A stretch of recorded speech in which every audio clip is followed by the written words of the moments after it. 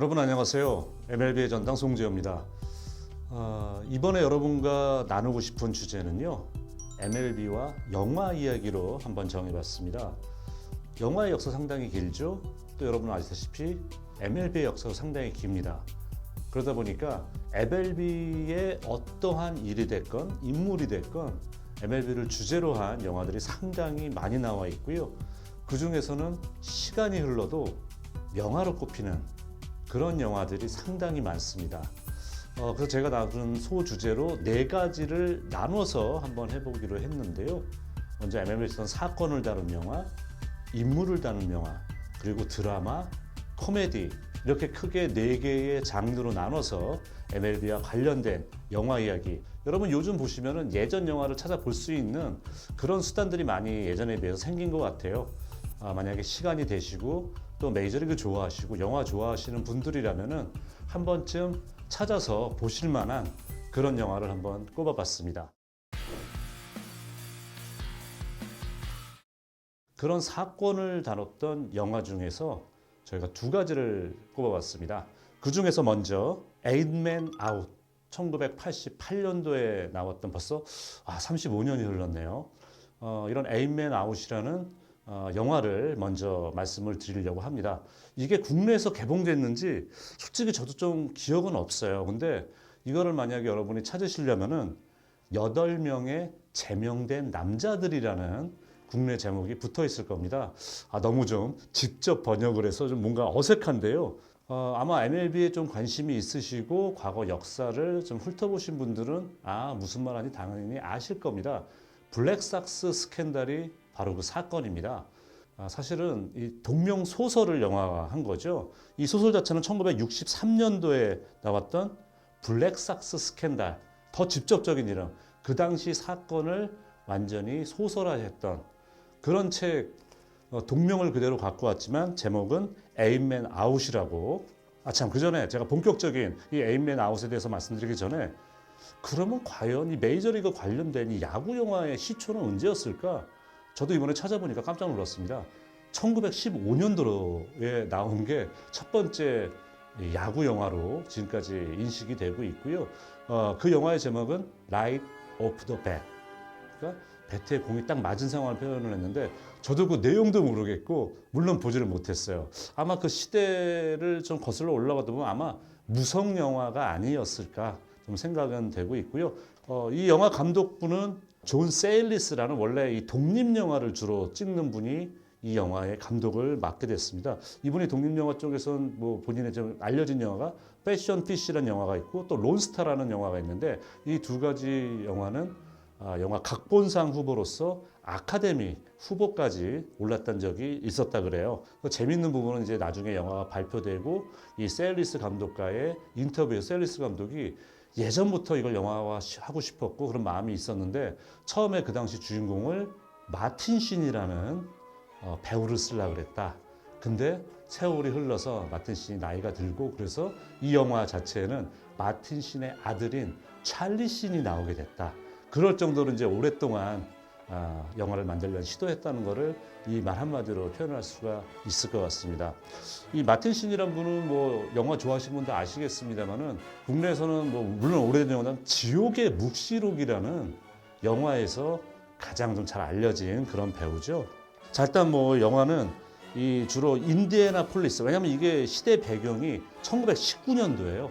1919년도에 있었기 때문에 상당히 좀 고색이 좀 확연하게 드러나는 그런 야구장에서 찍어야 됐기 때문에 인디애나폴리스에 위치한 이 올드 부시 스타디움이라는 야구장에서 촬영을 주로 했다고 해요. 주요 인물들 보시게 되면은 여러분 많이 아시겠죠? 존 쿠색, 찰리 신이라든가 데이비 스트러세언 또는 디비 스위니, 크리스토퍼 로이드. 이 인물들 여러분 검색해 보시면은 이름은 딱 안 떠올라도 얼굴 보면 이 사람 아마 그런 배우분들이 상당히 많을 겁니다. 자, 그러면 제가 이 영화를 소개해 드릴 텐데 여러분 솔직히 말씀드리면은 이건 당연히 스포일러가 될 수밖에 없다는 점 이해해 주시고 나는 스포일 당하기 싫어. 난 이 영화 따로 볼래. 그렇게 보시면 안 돼요. 제가 영화 스토리를 말씀 안 드릴 수가 없기 때문에 말씀드린 것처럼 이 블랙삭스 스캔들은 메이저리그 역사상 가장 큰 오점을 남겼던 승부 조작 저주기 게임의 원조였었고 또 그 이후에 그러기 때문에 미국에서는 스포츠 도박, 우리도 예를 들어 뭐 스포츠 토토라든가 이런 프로그램이 있겠는데 다른 종목은 허용을 해도 이때에 대한 트라우마가 너무 컸기 때문에 메이저리그는 오랜 기간 동안 스포츠 도박 자체의 합법화가 이루어지지 않았었습니다. 다 이때 있었던 블랙삭스 스캔들의 영향 때문이었다는 거죠. 사건의 시발점은 이렇습니다. 스포츠 도박사죠. 두 명의 도박사인 슬리피 빈번스라는 사람과 빌리 마그라는 사람이 시카고 화이트삭스의 선수 한 명에게 접근을 합니다. 근데 이 선수가 스타급 선수가 아니라 그렇게 뛰어난 선수가 아니에요. 그렇기 때문에 늘 방출당할까 다른 팀으로 트레이드될까 전전긍긍하는, 그러니까 한마디로 쉬운 먹잇감으로 보였던 선수는 칙 겐드알이라는 선수가 있습니다. 그 순간의 유혹을 참지 못하고 이 도박사 두 명의 말에 넘어가고 맙니다. 그래서 이 선수가 제일 먼저 접근한 선수가 누구냐? 당시 시카고 화이트삭스의 에이스입니다. 에디 치오티라는 투수가 있었어요. 이 선수의 그 1919년 기록을 찾아보시면 29승 7패, 평균 자책점이 1.82밖에 되지를 않습니다. 그리고 이 선수는 너클볼 투수예요. 근데 아니 그럼 항상 잘 나가는 선수인데 이 겐델 선수가 가서 몇 마디 말하고 야 돈 좀 더 벌게 해줄게 이런 얘기한다고 이 치오티 같은 스타 선수가 넘어갈까? 일반적으로 생각할 수 있잖아요. 그런데 여기서 일이 발생을 하게 됩니다. 그 일은 뭐냐? 바로 이 카미스키 구단주 때문이에요. 치오티 선수가 워낙 스타고 그러니까 조건을 걸었어요. 그 당시는 여러분 이제 메이저리그 초창기죠. 라이브 야구 시대에 막 접어든 시대이기 때문에 29승 뭐 30몇 승 이렇게 거두는 투수들이 꽤 많이 나왔었거든요. 시즌 들어가기 전에 조건을 건 거예요. 연봉 많이 올려달라 했더니 요만큼밖에 안 올려줘요. 왜 이렇게 나 잘했는데 이거밖에 안 올려주냐. 카미스키 구단주가 너 이번 시즌에 30승 거둬. 그러면은 너한테 보너스 $10,000를 줄게. 여러분 지금부터 거의 100년도 더 된 얘기잖아요. 그 당시에 $10,000의 가치는 상당히 컸겠죠. 치오티 선수가 열심히 해서 아까 말씀드린 것처럼 29승까지 거둔 거예요. 문제는 뭐냐? 근데 30승에서 1승이 부족하지 않습니까? 아쉽게 달성하지 못했구나. 이게 아니었어요. 시즌이 아직 끝나는 시간이 남아 있었습니다. 2주 이상의 시간이 남아 있었는데 치오티 선수를 등판시키지 않아요. 그 당시는 여러분 챔피언십 시리즈도 없고 디비전 시리즈 이런 거 와일드카드 게임 아무것도 없습니다. 양대 리그만이 존재해서 양대 리그의 1위 팀들이 바로 월드 시리즈에 올라가서 격돌하는 시대거든요. 우리는 무조건 월드 시리즈 가. 그러니까 우리는 에이스 치오티 선수가 많이 던졌잖아. 휴식을 줘야 돼. 당연히 눈에 보이는 핑계인 거죠. 30승의 기회를 주면 안 된다는 카미스키 구단주가 감독한테 시킨 거예요. 그러니까 치오티 선수가 부르르 떨 수밖에 없겠죠. 얼마나 기가 막혔습니까?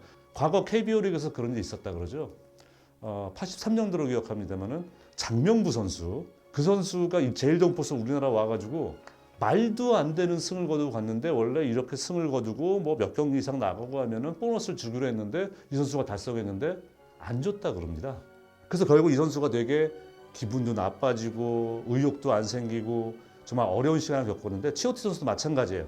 바로 이런 부분을 파고든 겁니다. 도박사들이. 팀메이트였던 겐델 선수는 이런 치오티 선수의 마음 상태를 너무 잘 알고 있기 때문에 이렇게 한 거예요. 그러면서 치오티 선수를 비롯해서 스위디 라이즈버그, 그 유명한 슈리스 조 잭슨, 레프티 윌리엄스 이렇게 팀의 주요 선수들을 하나 둘씩 설득을 하기 시작해요. 드디어 월드 시리즈가 다가왔고 내셔널 리그의 1위 팀은 당시 신시내티 레즈입니다. 신시내티 레즈가 올라오고 시카고 화이트삭스하고 월드 시리즈를 맞붙게 되는데요. 그 당시 월드 시리즈는 9전 5선승제예요. 그러니까 다른 포스트 시즌이 없었기 때문에 월드 시리즈를 더 길게 끌고 가자는 게 사무국의 의도였던 겁니다. 그래서 그때 여러분 도박사들이나 이런 사람들이 보통 여러분 영화에도 많이 보셨겠지만 폭력배들, 조폭들하고 연결이 되어 있는 경우가 많죠. 이때도 마찬가지였다는 거예요. 이 사람들이 치오티 선수가 에이스였기 때문에 1차전에 등판을 합니다. 등판을 하는데 치오티가 정확히 답을 주지 않았어요. 그래서 네가 마음을 어떻게 하느냐. 폭력배들이 구장에 옵니다. 와서 네가 만약에 우리 일에 가담을 하려면은 경기 시작해서 선두타자 승부할 때 2구째 공을 맞춰라. 그러면 네가 우리의 멤버가 됐다는 거를 우리가 알겠다고 얘기를 했어요. 그리고 경기가 시작을 합니다. 치오티 선수가 2구째 어떻게 했을까요? 맞춥니다. 타자를 맞춰요. 실제로 이게 딱 거기서 맞히면서 그 뒤에 볼넷 뭐 이런 식으로 치오티 선수답지 않게 크게 흔들리는 모습을 보여주게 됩니다. 4이닝 동안 5실점을 하는 그런 부진한 성적을 거두고 결국 1차전에서 9대1로 대패를 당하게 돼요. 도박사들은 당연히 환호를 합니다. 근데 왜 시카고 화이트삭스 선수를 도박사들이 타겟으로 생각을 했을까요? 시카고 화이트삭스가 신시내티보다 훨씬 전력적으로 좋았기 때문입니다. 그렇기 때문에 여러분 도박사 입장에서는 배당금이 높으려면 어떻게 해야 되죠? 흔히 얘기하는 언더독, 약팀으로 평가되는 팀에 돈을 많이 걸어서 이 팀이 뒤집어 엎어서 승리를 해야지 많은 돈을 벌 수 있잖아요. 그렇기 때문에 시카고 화이트삭스 선수들에게 접근을 한 거였어요. 2차전은 팀의 2선발입니다. 레프티 윌리엄스 선수. 이미 이 선수도 이 승부 조작에 참여하기로 합의가 된 선수예요. 아니나 다르겠습니까?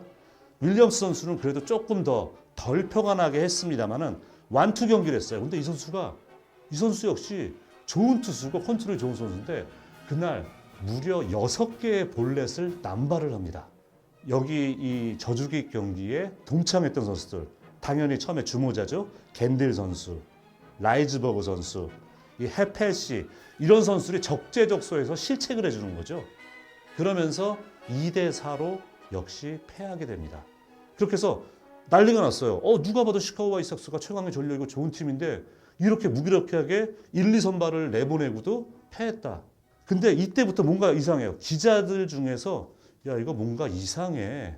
쟤네들이 절대 저런 애들이 아닌데 선수를 실책하는 게 너무 어설퍼 보였던 거죠. 뭔가 의심을 하기 시작합니다. 그리고 이제 3차전이 왔는데 3차전 선발 투수는 디키커라는 선수인데 이 선수는 이 조작에 참여하지 않은 선수예요. 그러니까 2차전까지 졌지만은 이 디키커 선수는 내가 팀의 분위기를 바꾸겠다는 생각으로 완봉승을 거둡니다. 완봉 여투를 거두면서 승리했는데 문제는 또 뭐냐? 4차전, 5차전의 선발 투수가 치오티하고 또 윌리엄스예요. 이거 뭐게 되겠습니까? 두 선수가 나서 또 져주는 거예요.